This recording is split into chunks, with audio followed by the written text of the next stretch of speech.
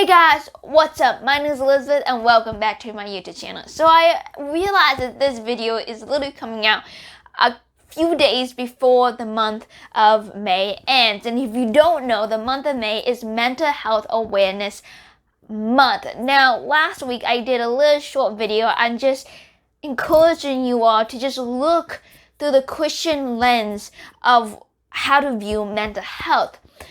Also, I have released an article last week as well called Who Am I? And it's really looking at why we are living and who we are as human beings. And I really hope you go check that out as well.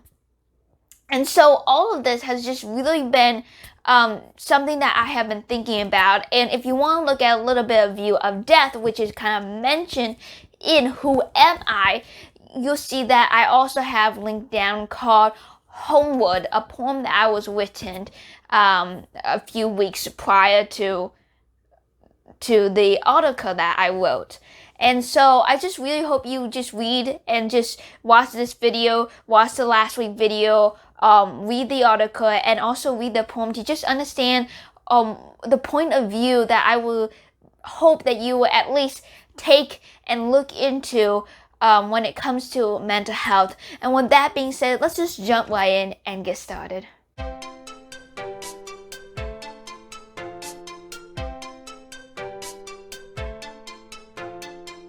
Okay, y'all. So I honestly don't want to make this video more like a teaching lesson. I just really want to just talk, as if we were having coffee, except that I honestly don't like coffee, and I don't have my drink with me. My drink is actually all the way across the room.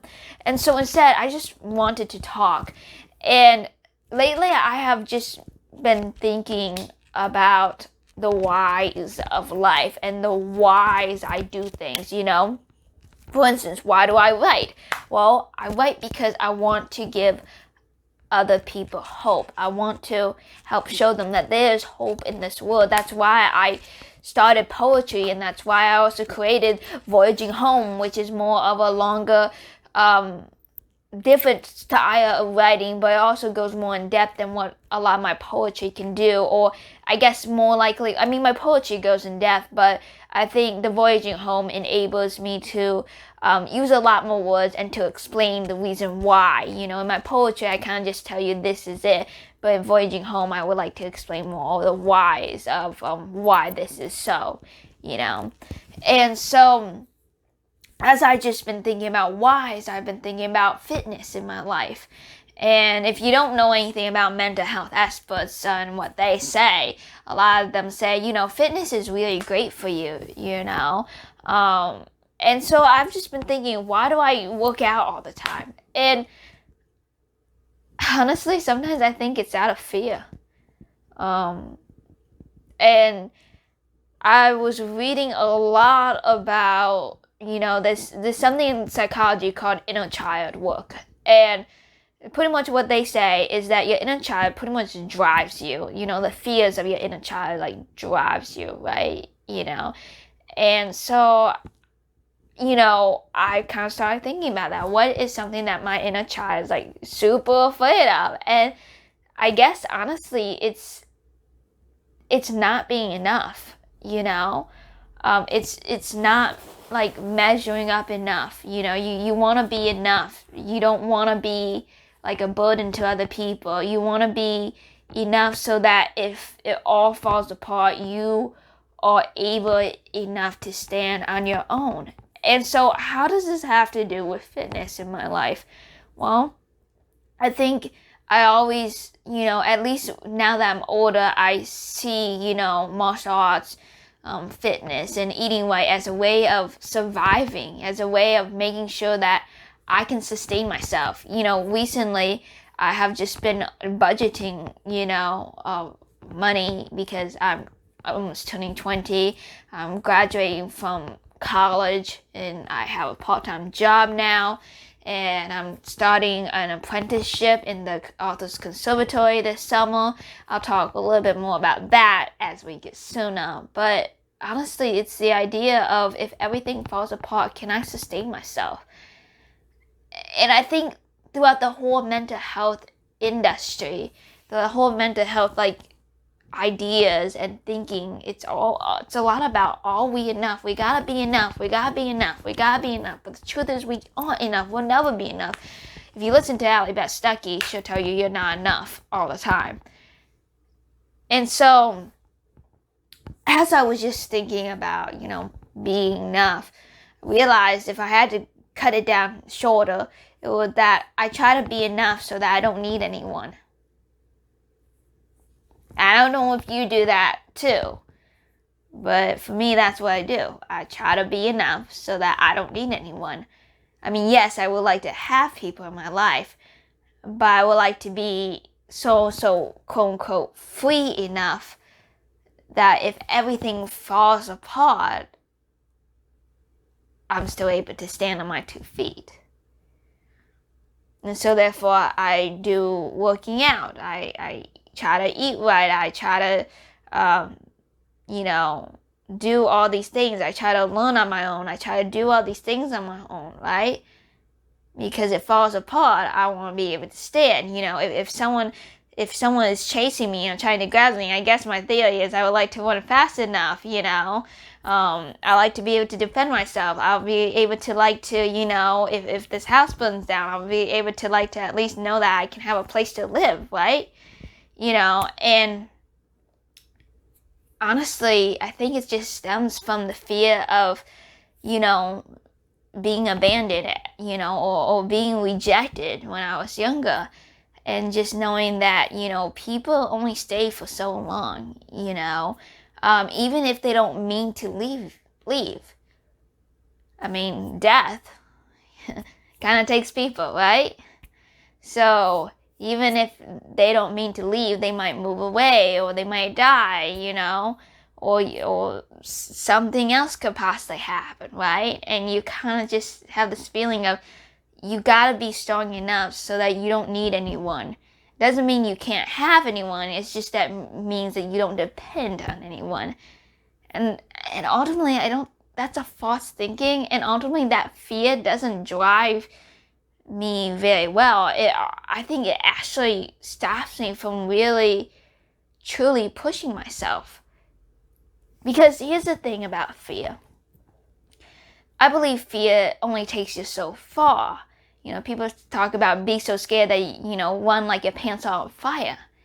But that can only take you so far, because if you're running like your pants are on fire, you soon realize that you aren't really running in a good direction, right? You're just going to run like crazy. My pants are on fire, right? So that fear only drives you so well. But when we don't have that fear, when we have a clear vision, when we can focus enough to see something greater than your pants are on fire, I think that drives us so much better. I also want to say that just being enough isn't good enough. We're never going to be enough. We need God. God is the reason that we're living, and I'm kind of getting ahead of myself a little bit, or at least spoiled to my article. But the whole reason we're living is to glorify God. The whole reason is to get outside of ourselves. Mental health wants to tell you to get deeper inside yourself. That's not the answer. We need to get out of ourselves. We need to live for something greater, because I believe when we live for something greater, it is then that is what pushes us to be stronger. When we aren't living for ourselves, when we aren't living for our whims, when we aren't living just to have our pants not on fire anymore, I think that pushes us to be stronger. And so, when getting back to her whole workout thing, I don't think I necessarily want to stop working out, because honestly, when I'm not scared to death, or thinking about all the fears of the potential problems that could come along, I ultimately enjoy working out. But I think I want to think about it in a different way. I don't want to think about working out because I have to, because this is the only way I survive. But instead, thinking about working out as a way to thrive, as a way to use my body to glorify God, to make my body such a vessel that I can carry His word as long as humanly possible, that I do my part, so that I can be a vessel to bring hope to everyone. So, therefore, here's what I want to challenge you all with. Number one, think about what your greatest fear is. And is that fear really helping you, or is it hindering you? And what is a better way to look at it? Maybe we don't need to necessarily change whatever we're doing in life. Maybe we need to change our motive. Instead of having our motive be based on our fear, have the motive be based upon God first and foremost. So the basis that we as humans are called to glorify God, let that be the basis. For me, in the aspect of fitness, I can use my body to glorify God, not by showing it off because I can do like 30 push-ups or something, but no, because I have a body that is able to carry the gospel, that is able to get up in the morning, that is able to put out a candle, that has a mind that is ready because it's been exercised to write words on a page to glorify God, that I'm able to walk up and walk miles if I have to, if that's what I'm called to do, to bring glory to God. Let that be why you're wise in life, for everything. For me, why do I work out? Because I want to bring glory to God. And I can bring glory to God by working out because it helps to enable my vessel to be ready to be used as the Lord has intended it to be used. So thank you so much. I know this was very much of an unscripted, and I kind of walked through the process of my thinking as I was doing this video with you. But that's what I really want to do. I just wanted to kind of get real and kind of do an unscripted video. So I hope you guys enjoy, and I have some special things planned for this coming month. And so yeah, coming month and next month. So yeah, we'll see what the year brings, what the rest of these 2 months brings before I start the conservatory. So yeah. See you guys next time. God bless you. Subscribe, press that bell button to get notifications so you never miss another video again. And I'll see you guys next time. God bless you. Bye.